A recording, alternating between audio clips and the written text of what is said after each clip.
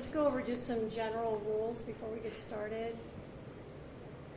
All phones are to be turned off. Members of the media may have their phones on, but it must be turned to silent. There will be no in and out of the courtroom. Once the proceedings begin, you may not leave. If you do leave, you will not be permitted to re-enter. Today is an emotional and a stressful day for 3 families, and for the defendant, and for those who care for Davion, Dominic, and Mackenzie. I expect everyone here to be respectful of everyone who's in the room, and if there is any disruptive behavior, I will pause the proceedings and the deputies will escort you out. The court's process will be as follows. I will hear first from the state and the representatives of any of the victims. The court will then hear from the defense and any representatives who wish to speak. The defendant has a constitutional right not to speak. She has exercised that right not to speak at trial, and that right continues throughout this proceeding. She will be afforded the opportunity to speak if she wishes, but that's her choice. Following that portion, the court will deliver the sentence. I also want to advise the defendant that she has a right to an appeal and a transcript at state's expense, and we will assign counsel to represent you. Counsel, we have previously discussed and agreed to the following: that the only counts for which the court will sentence today as a matter of law are counts 1 and 2, each of which is murder in violation of Ohio Revised Code section 2903.02a, count 1 being the murder of Dominic Russo, count 2 being the murder of Davion Flanagan. Each of these counts are statutory sentences. Each is 15 years to life with parole eligibility after the base term is served, and with parole strictly within the discretion and jurisdiction of the Ohio Parole Board. Each of these counts stands separate and apart from each other, and they can be run either concurrently or consecutively. That is the only discretion permitted to the court in the sentencing today. It is my understanding that we are also in agreement of the following mergers. As to the guilty verdicts against the defendant related to the victim, Dominic Russo, the counts 3, 5, 6, and 9 merge into count 1. As to the guilty verdicts against the defendant related to the victim, Davion Flanagan, the counts 4, 7, 8, and 10 are merged into count 2. That the Reagan-Tokes enhancement and post-release control are not applicable to either count 1 or 2. Is that a correct statement? That's accurate, Your Honor. Correct? Yes, Your Honor. Thank you. I do wish to proceed on counts 11 and 12. It's my understanding on these 2 felonies of the 5th degree that both sides are waiving any argument. Is that correct? Yes, Your Honor. Yes, Your Honor. And is she waiving any statement on counts 11 and 12? As to those 2 counts, yes. All right. The defendant is sentenced in counts 11 and 12, each of which is a felony of the 5th degree, to 7 months in prison on each count to be served concurrent to each other with credit for time served.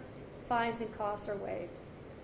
As to the driver's license suspension for counts 9 and 10, the aggravated vehicular homicides, her driver's license is suspended for life. I'm now prepared to hear from anybody who would like to speak on behalf of the state.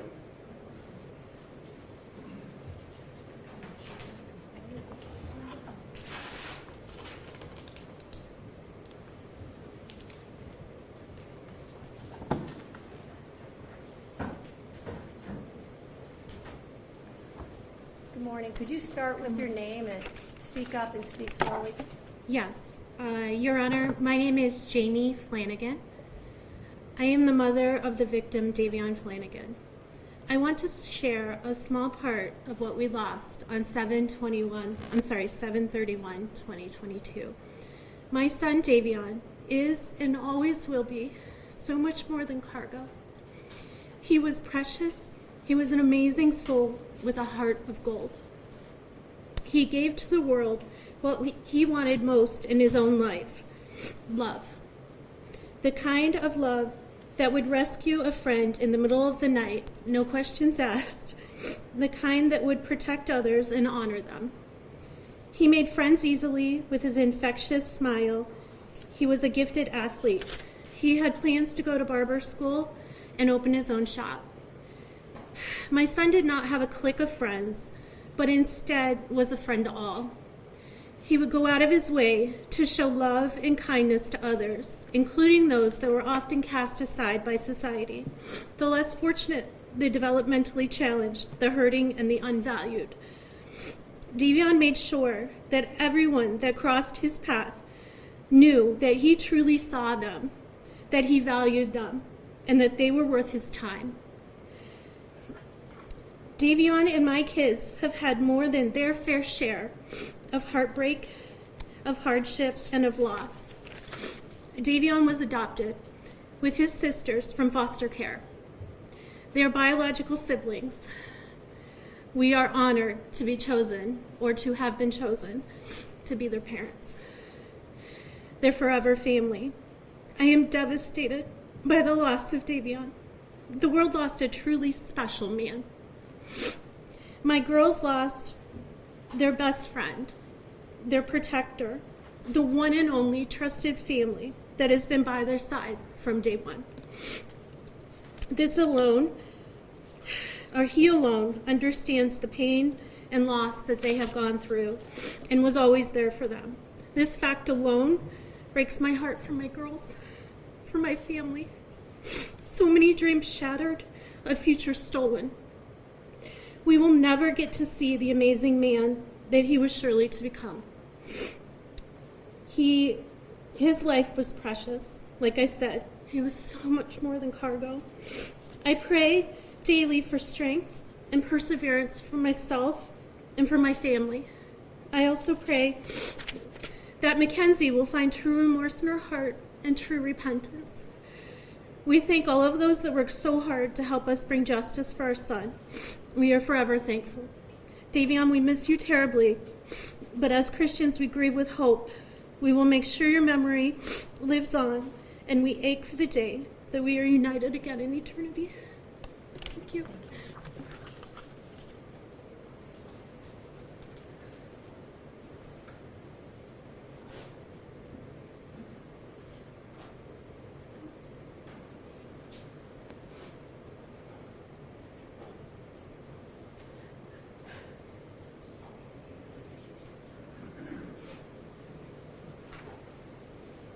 Hello, could you start with your name? Hi, Your Honor. My name is Davion Flanagan. Davion was my older brother. The passing of Davion Markel Flanagan has been very difficult for me. We have gone through everything together since day one. Davion was a big brother to me and my younger sister, Delia. We all got adopted together in 2012. After Davion passed away, a lot of trauma and past pain has came into my life, causing it to be difficult to heal from this trauma event, or this traumatic event. Davion was not just a big brother to me, but a role model in many ways. He was the person I trusted the most because he made me feel safe. He taught me the importance of cherishing each moment and enjoying life. The memories we have are strong, but losing him has shown me the value of life. He has how God works in ways you can't understand, but is worth it in the end. I don't want this pain for anyone else. I don't want people to have to go through this. As an 18-year-old, I hate the fact that he has gone because someone decided to take his life. Now that Davion is gone, I feel stuck. I feel as if I can't move forward. I feel lost. He was the one who picked me up when I fell. He was my best friend and the only person that has stayed with me since I was born. I would like you to give Mackenzie the longest possible sentence. I've known her for about 3 years, and as she's always taken the easy way out.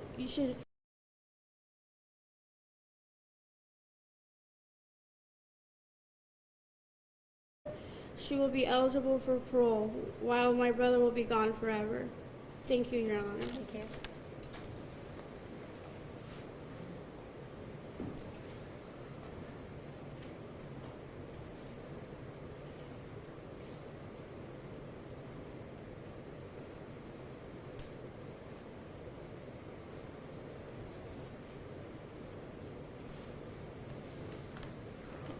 Maureen, can you start with your name? I'm Christine Russo. I'm Dominic's mother. No one wanted this to be a murder or to punish Mackenzie Shirilla for this accident.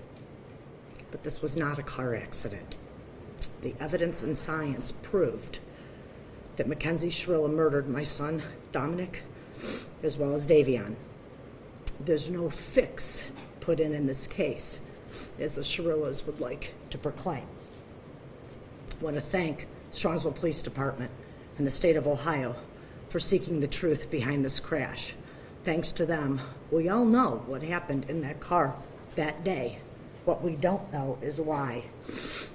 I wish I could change this every day. I lost 3 children in that crash.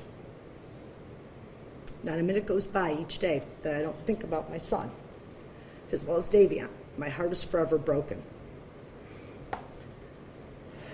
The cries heard from the Shirilla family and friends after the verdict are nothing more than a lack of remorse.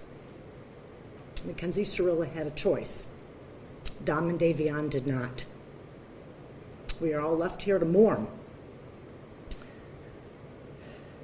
But what Dominic and Davion lost can never be remedied in any way or by any particular sentence. July 31st, 2022, I called Mackenzie's mother, hysterical with the loss of my son and Davion. I knew Mackenzie was in the hospital, and the first statement said to me was, "Oh, please don't listen to what everyone's saying on Facebook." Yeah, my son is dead, his friend is dead, and I'm checking on yours. Yet social media is what's important. Social media has made a game out of the life of Mackenzie and is making a game out of this heart-wrenching tragedy. No one can imagine the pain of losing a child unless they have lost one themselves. The pain is forevermore. Time does not heal this wound. Mackenzie, going to prison because you did this. Be thankful that you're still alive and have a future, whatever that may be. Dom and Davion were robbed of their futures, their hopes, and their dreams. Mackenzie showed no mercy on Dominic, nor did she on Davion. Only God at this time can have mercy on her soul. Thank you.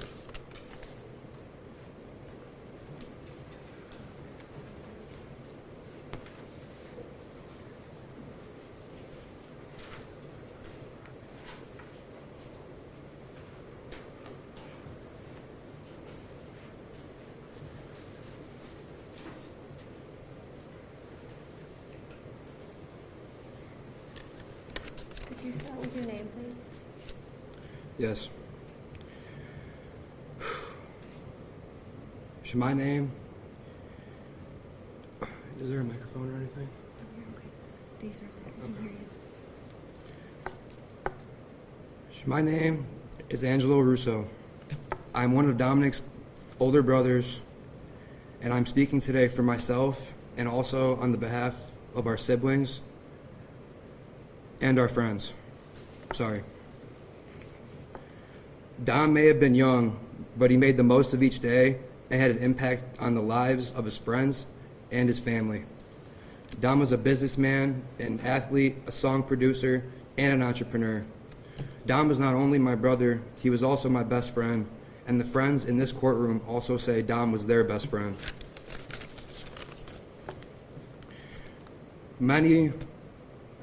Many of my brother's interests and goals were centered on learning more about himself and how he could become a better person.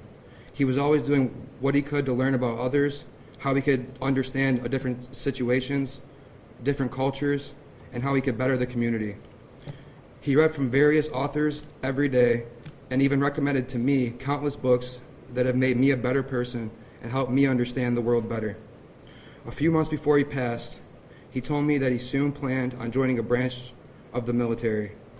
Admittingly, I was against this, but he felt the need to not only serve the community, but also his country. He gave me countless advice, and he also helped with anything and everything. Nothing said or done here today can describe the loss or repair our lives after this tragedy. Kenzie's statement in the hospital to Detective Azu, "Can't you just take my license away for 10 years or something?" That statement is Mackenzie Shirilla, the most selfish person I know. Ironically, Dom was the most selfless person I know. Mackenzie Shirilla murdered Dom and Davion in cold blood and had already moved on. Kenzie killed Dom over the thought of losing him, and she made Davion collateral damage. She was driving, going to concerts, and dressing up for Halloween, no thoughts of the families and lives that she had destroyed. As I said, Dom read a book every day. He started 2 companies. He recorded his own music as well as recording music with myself and with friends. Dom helped anyone who ever needed a hand. He was an inspiration to everyone who had the honor of meeting Dominic. We love you, Dom. We love you, Davion. And God bless the both of you. Thank you so much.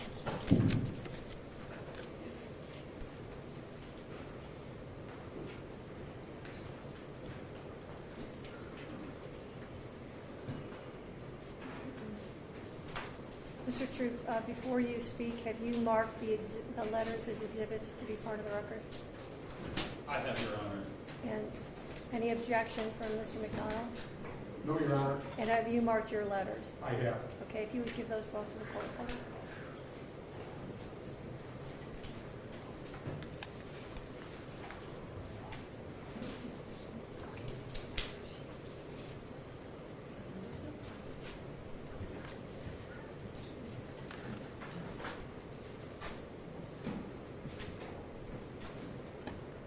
Go ahead. Your Honor, there's very little that I can say after hearing from those who love Dominic and Davion in regards to the impact that the defendant's conduct had on these families' lives. And we have received a series of letters that has been submitted on behalf of the defendant. In summarizing these, they describe her as a good student and a loving and caring person, and that she could never do something like this. And they continually, despite the verdict, refer to this as an accident, and an unfortunate accident, and tell you that she is also a victim. And there are just a few things that I think is important for the court to consider in determining a sentence today. Part of the evidence in this case and introduced in trial was evidence from the defendant's cell phone. There were search warrants executed on her various social media accounts, her school records, her medical records, things of this nature. And I think that who she actually was is directly contradictory to what is painted by the letter submitted on behalf of her today.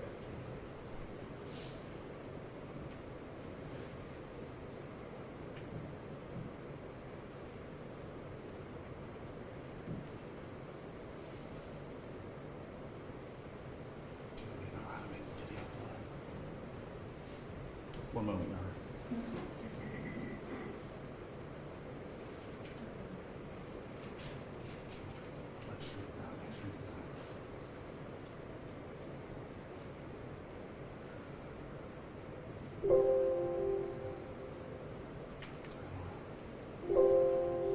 I'm sorry, Judge, I thought It's we were okay. set on this there. That's fine.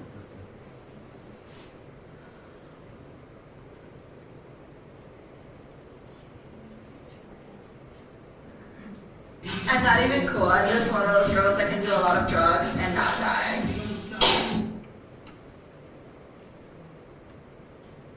Gotta figure like a pin, I'm gotta figure like a doll. Don't care if you think I'm dumb, I don't care at all. Candy best, sweetie pie, wanna be adored. I'm the girl you die for.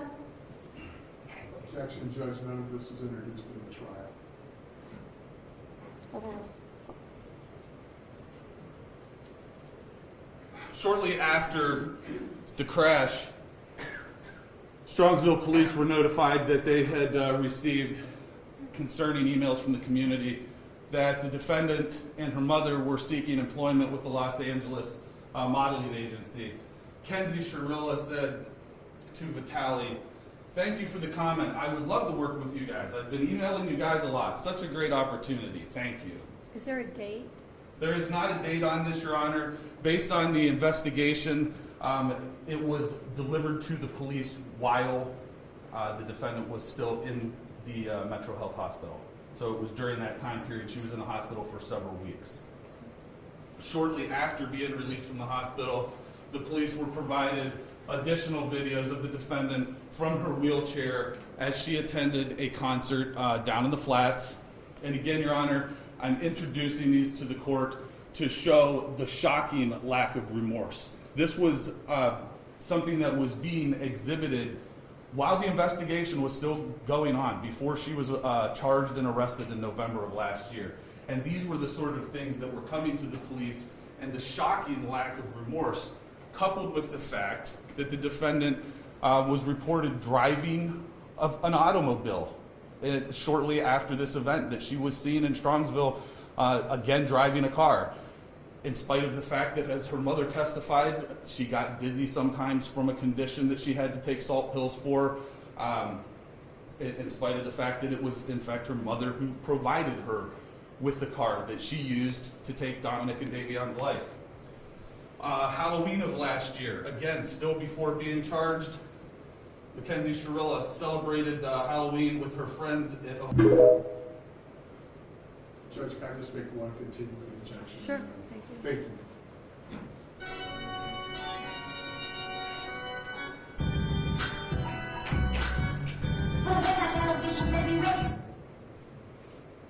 Are these post? These are on Halloween of last year, so these would be post-crash, just before she was charged in November.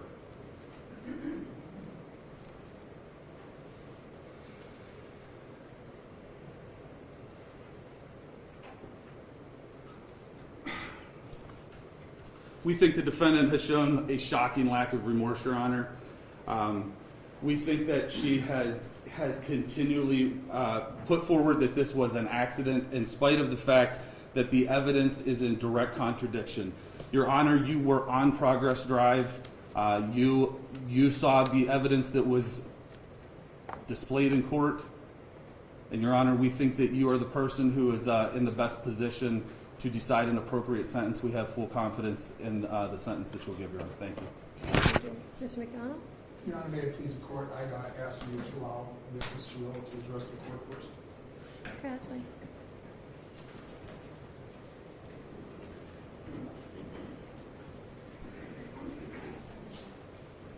Can you start with your name? My name is Natalie Shirilla. I just want to say, am I allowed to address them at all? Sure. I just want to say to the families that I'm broken, sad, and lost, and my heart hurts for everyone, okay?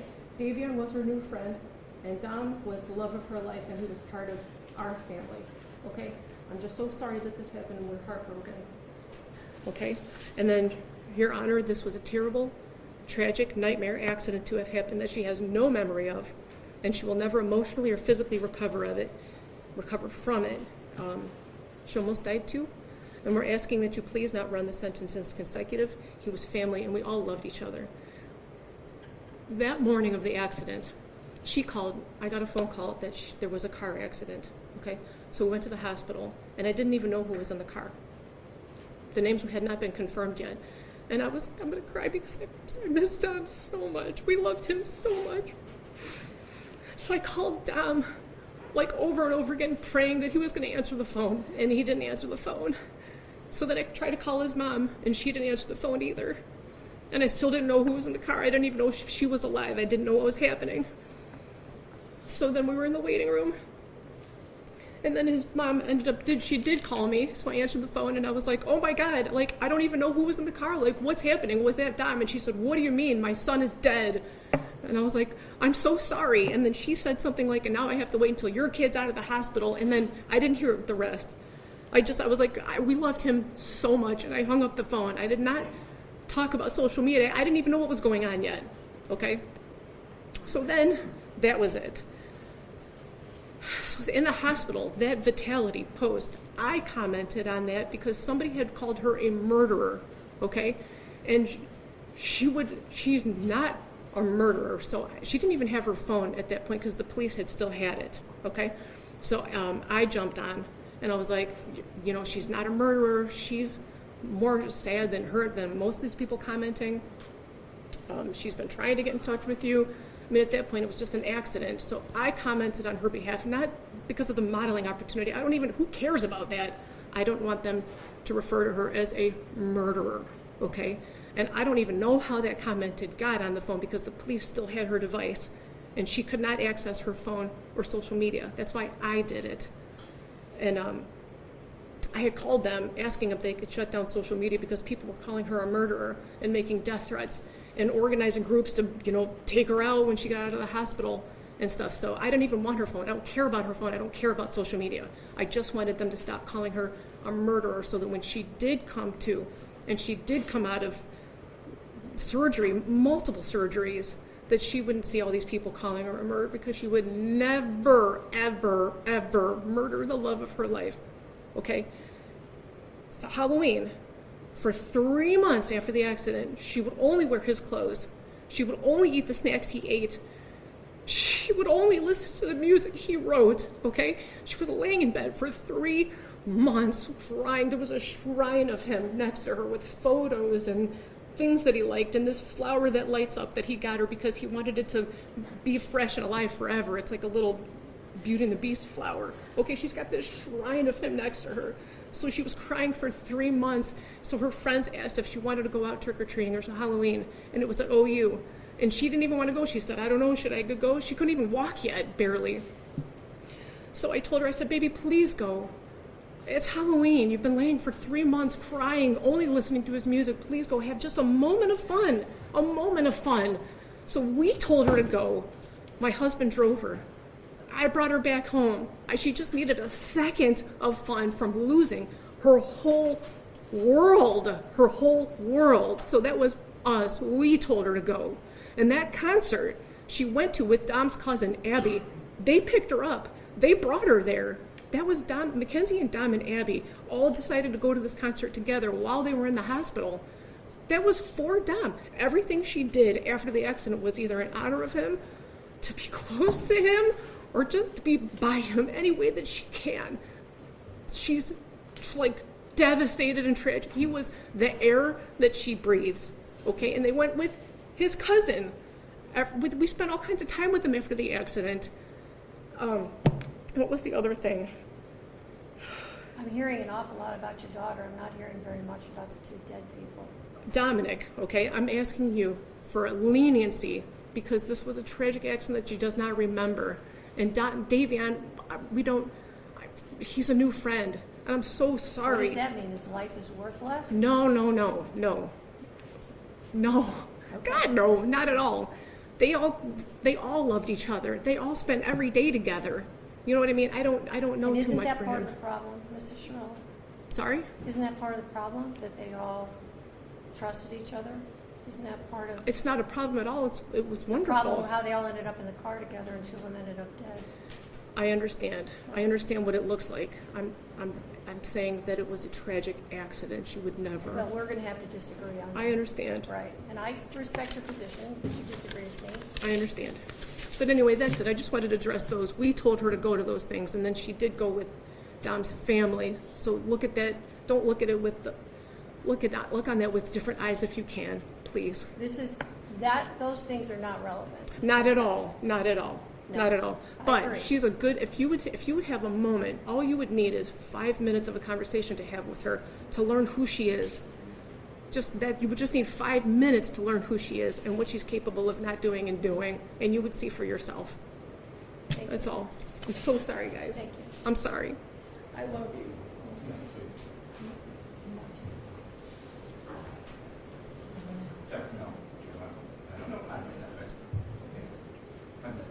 Is there anyone else? I would like Mackenzie to address the court.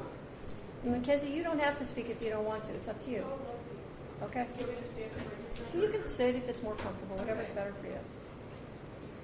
The families of Dom and Davion, I'm so deeply sorry.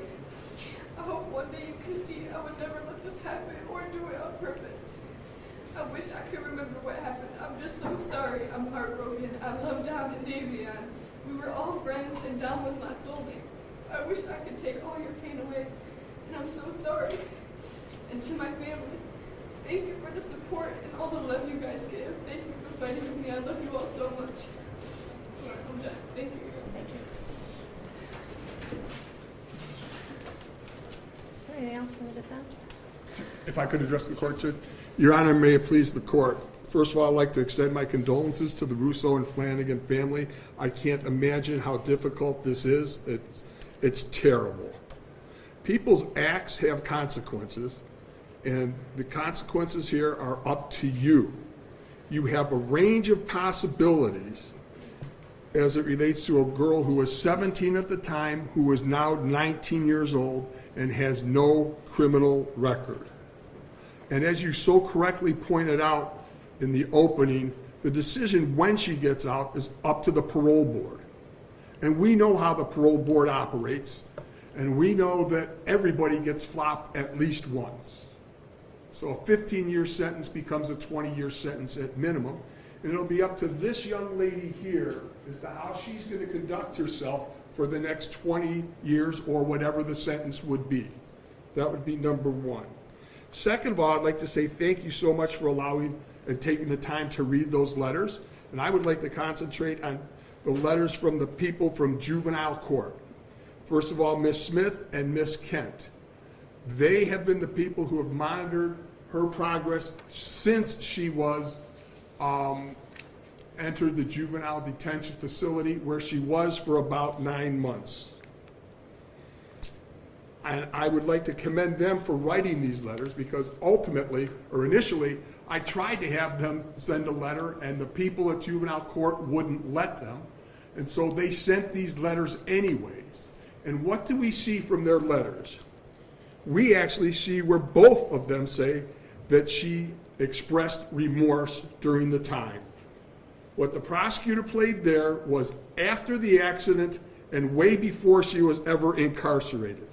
They also both say that they have observed her grow as a person, that she's taken every single class possible, both culinary and college, that she's actually been a model inmate, the letters say, and that she has exhibited what they call the highest level of behavior. They grade people 1, 2, 3, 4.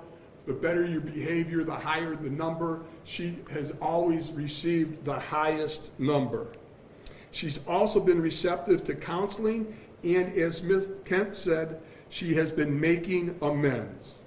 I'd ask you to pay special attention to the letter from Kelly Leitner that I think talks about certain, she cites certain things. Ms. Leitner is asking you to consider that the brain is not fully developed until 25 years or older. Her choices, Mackenzie's, and actions are indicative of teenage invincibility.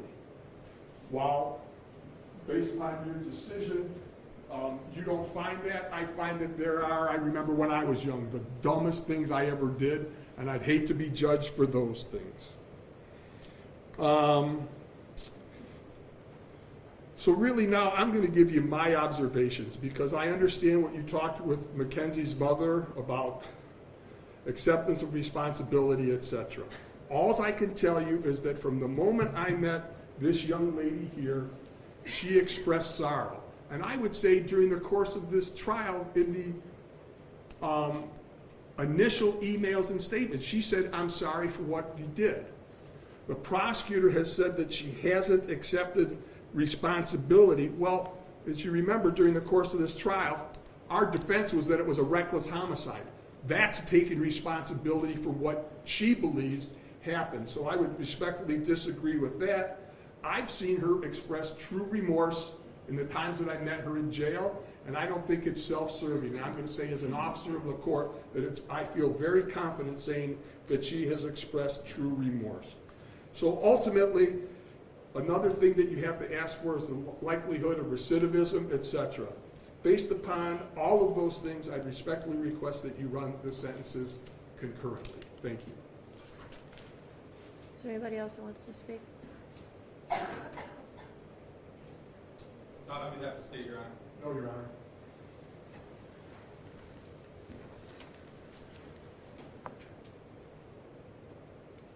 Today is the sentencing of the defendant for the purposeful and intentional murders of Davion Flanagan and Dominic Russo. And in a way, it's the second time their families are gathered again to grieve. It's also a day when Mackenzie's family will grieve for the future of their daughter. All three of these families and the friends of these families are suffering, and all of their lives have been irrevocably changed because of the actions of the defendant. The unintended and collateral consequences of a selfish, intentional, and cruel decision by Mackenzie will ripple forever in time. It's literally changed history because it's ended two lives. Two young men are dead. Their deaths were horrible, terrifying, and tragic. I will say again, if any reasonable person reviews Exhibit 802, there can be no doubt in your mind what happened this night. There can be no doubt of the absolute terror of the two people in that car. The defendant controlled all the events. She chose the day. Specifically, she chose a day just before her 18th birthday. She chose to drive the car, the time to drive the car. She chose an obscure, previously scouted route through an industrial parkway. She chose the target to hit and the victims. She chose the means and the method to follow through. And she planned and purposefully executed the events of July 31st, 2022. The review of the evidence supports the factual findings, the forensic testimony, the testimony of the first responders, the testimony of the emergency room doctors who treated the defendant, the testimony of the coroner's medical examiner, the testimony of those who knew the victims and the defendant, and the testimony of the BMV official who provided evidence that not only did the defendant deny any medical condition when applying for her license, which her mother co-signed and attested to, but also that just after the accident, Mackenzie renewed her driver's license and again denied any medical condition. In fact, the defendant was so concerned about driving that, as the state mentioned, during the investigation, she asked if they could just suspend her license for 10 years. It is hard to fathom how a person could be concerned about their driving privileges, having just been responsible for the deaths of two people. There was no medical condition that caused this as an accident. There was no mechanical failure of the car. The record is clear on the facts and the evidence. Her mother's uncorroborated statements without any medical testimony or records is not persuasive. It is also important to remember that even if Mackenzie intended to also die in this crash, that is irrelevant. A failed suicide attempt is not a defense to murder. And even in a murder-suicide attempt, when the perpetrator executing the plan survives, the other death or deaths are still murder. There's only one person who's responsible for the pain of everyone in this room, and that person is you, Mackenzie. Nobody else is responsible. This isn't the fault of Dominic's family, or Davion's family, or your family. And I know that each of you have asked your questions to yourselves, what if? What if I had done this or that? The truth of it is, none of us can control the intentions of another. And when there is a purposeful intent to harm or kill someone, it is the perpetrator alone who bears the responsibility for the choice and the consequences and the harm that follows. The difficulty for sentencing today, honestly, is whether or not I believe you should get consecutive sentences. I'm troubled that should I give you a concurrent sentence, that people will believe that somehow I'm being disrespectful to one of the victims. And on the other hand, I have to weigh the punishment. There's a very good likelihood, Mackenzie, that you will spend the rest of your life in prison. That won't be up to me. That will be up to the parole board, and that will be up to you to a great extent. I understand that the pain in this room wants me to impose the harshest sentence, but I don't believe that would be the appropriate sentence, because I do believe that Mackenzie will not be out in 15 years. So she's sentenced on count 2, the murder of Davion Flanagan, 15 years to life. She's sentenced on count 1, the murder of Dominic Russo, 15 years to life, to be served concurrent to each other with credit for time served. I'll waive fines, fees, and costs, and your appellate counsel will be assigned. Are there any questions from the state?